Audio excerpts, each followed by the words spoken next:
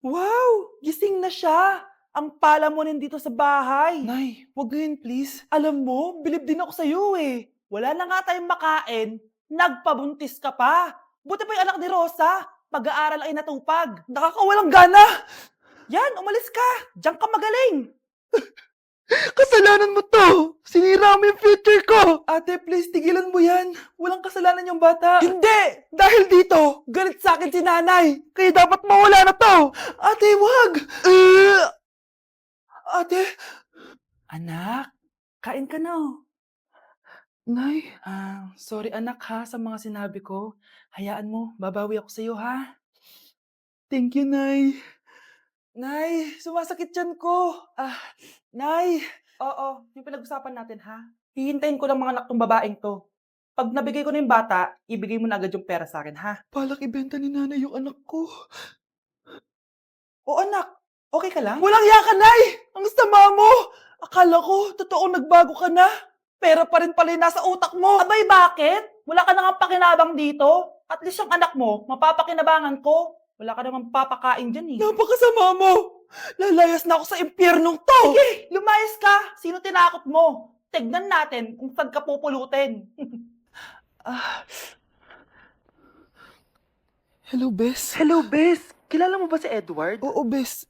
Siya yung ama ng dinadala ko. Mayaman pala sila, Bes. Gusto kanyang makita kasi gusto niyang panagutan yung baby mo. Talaga? Oo, Bes. Ito na yun, Bes. Bes, hindi mo na kailangan magtiis na nanay mo. Hindi pwedeng anak ko lang ang makikinabang sa yaman ng lalaking yun. Dapat ako din. Yes! Ang taas ng score ko! Anong score mo, Scarlett? 19 yung score ko. Ay, hindi perfect. Buti pa ako, naka 20. Bawi ka na lang next time, ha? Scarlett, nagawa mo ba yung assignment natin? May assignment tayo? Hala, di ko nagawa. Huwag mo nang sasabihin kay mama. Sige, di ko sasabihin. Ma'am, may assignment po pala tayo. Ay, oo nga pala, may assignment tayo, class. Ang hindi gumawa ng assignment, bagsak sa akin, ha? Bida-bida talaga tong si Samantha. Okay, class, sinong iboboto niyong president? I nominate Scarlett, ma'am. Ako?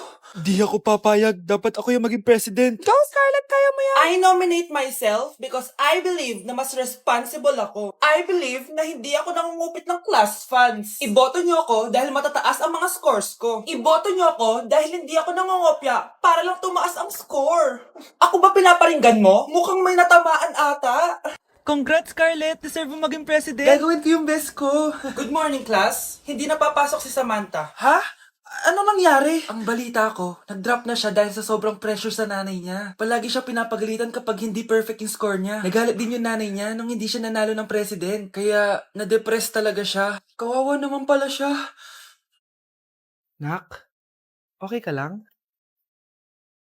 Pagod na ako mag-aral, Nay. Sige anak, tinga ka muna ha. Ay! Yung niluluto ko!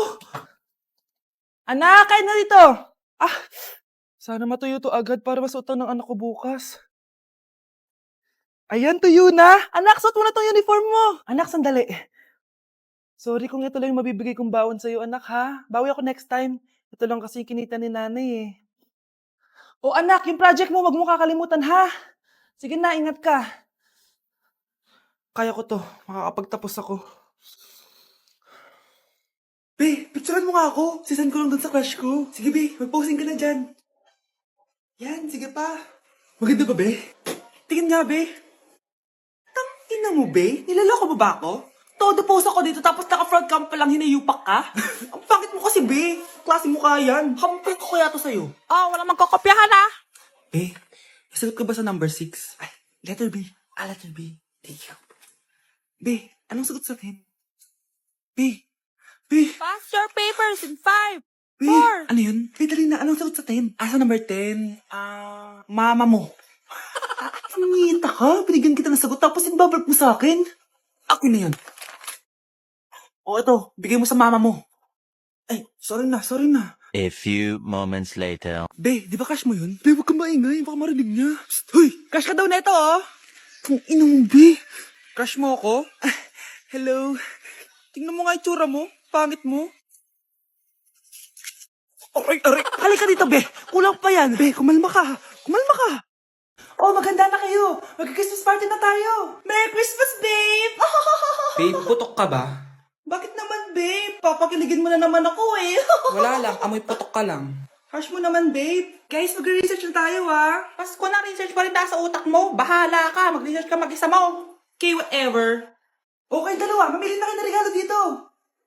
Mas malaki yung isa. Mas maganda siguro yun. Nay, malaki po yung sa akin. Ito sa'yo, oh. Kyle, ito sa'yo. Thank you po, Nay. Buksan niyo na. Wow, iPhone 20 Pro Max. Buksan ko na rin yung akin. Ano kaya laman dito? Tikipad. Daya naman, scam ba to? Uy, Mare, baka pwede mo akong pabalot. Sige, Mare. Pati to, tsaka yun, Mare. Sige, Mare. Pati din yun, Mare. Pati to, Mare, tsaka yun. Ikaw na lang kaibalutin ko. Mare! Anak, kunin mo yung cellphone ko sa kwarto. May tumatawag ata. Sige po, Nay. Sabi cellphone ni nanay. Anak, bilisan mo naman. Ay, salamat naman. Nakatae din. Scarlett, ba't nandyan ka? Di ba pinukuha ko sa phone ko? Pinagsasabi mo, Nay. Kanina pa ako dito sa loob. Nay, ito na po cellphone niyo. Sino yan, Nay? Bakit kamukha ko? Teka lang. Bakit dalawa kayong Scarlett? Nananaginip pa ako? Nay, ako yung totoong Scarlett. Ha? Sinungaling! Ako to, Nay. Ang totoong Scarlett. Sandali nga! Hindi na ako tutuwa sa inyong dalawa, Isa lang ang solusyon dito. Magtatanong ako at kung sino ang makasagot ng tama, siya ang totoong Scarlett. Unang tanong, saan ako may balat? Balat? Nay! Sa puwet! Nay! Sa kifi. Tama! Kifi. Totoo ba, Nay? Diba, alam ko. Susunod na tanong. Ano ang timbang ko? Mukha kang 100 kilos, Nay. 75 kilos? Tama! 75 kilos! Yes. Huling tanong. Ano ang birthday ko? Birthday?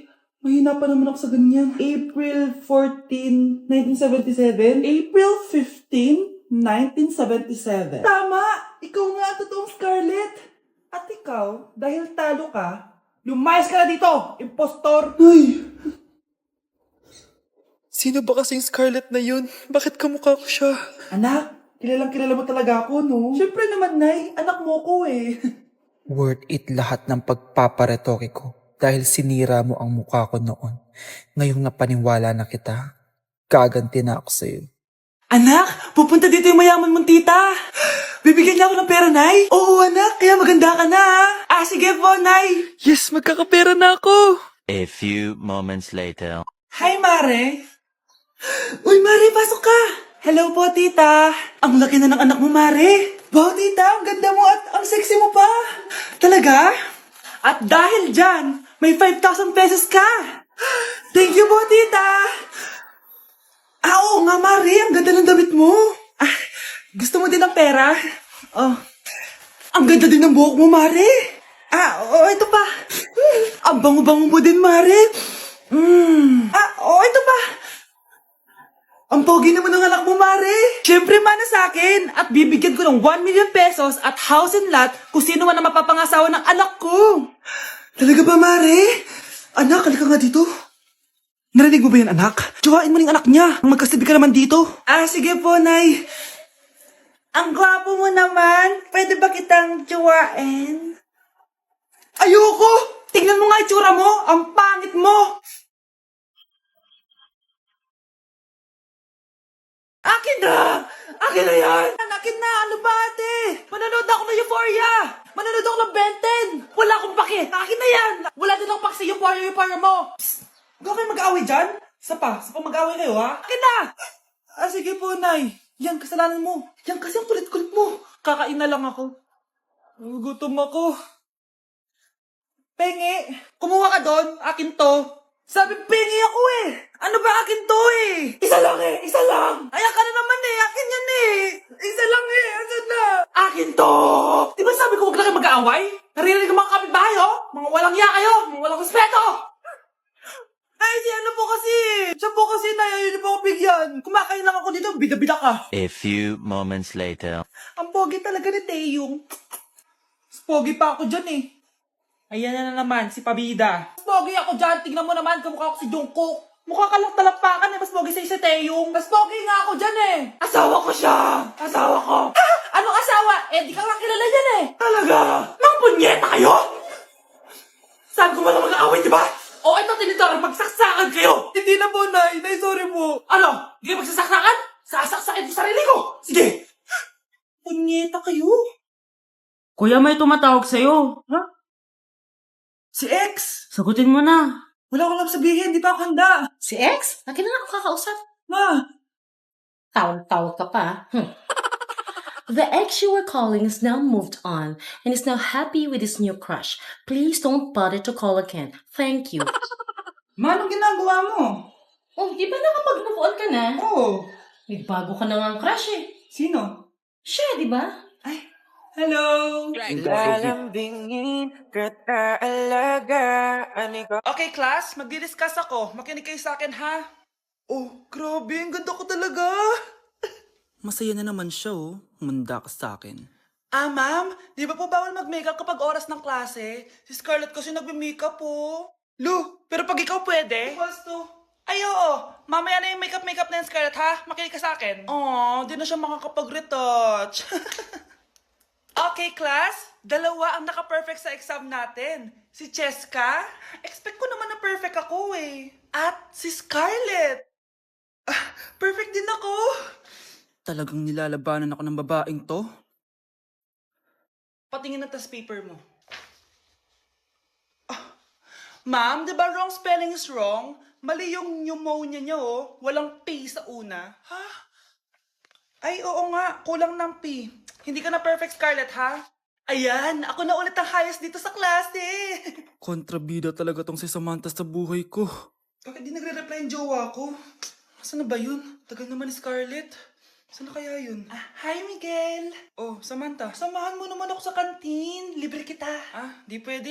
Hinihintay ko yung jowa ko. Ha? Nasaan na ba yun? Yay! Sasamahan mo ako!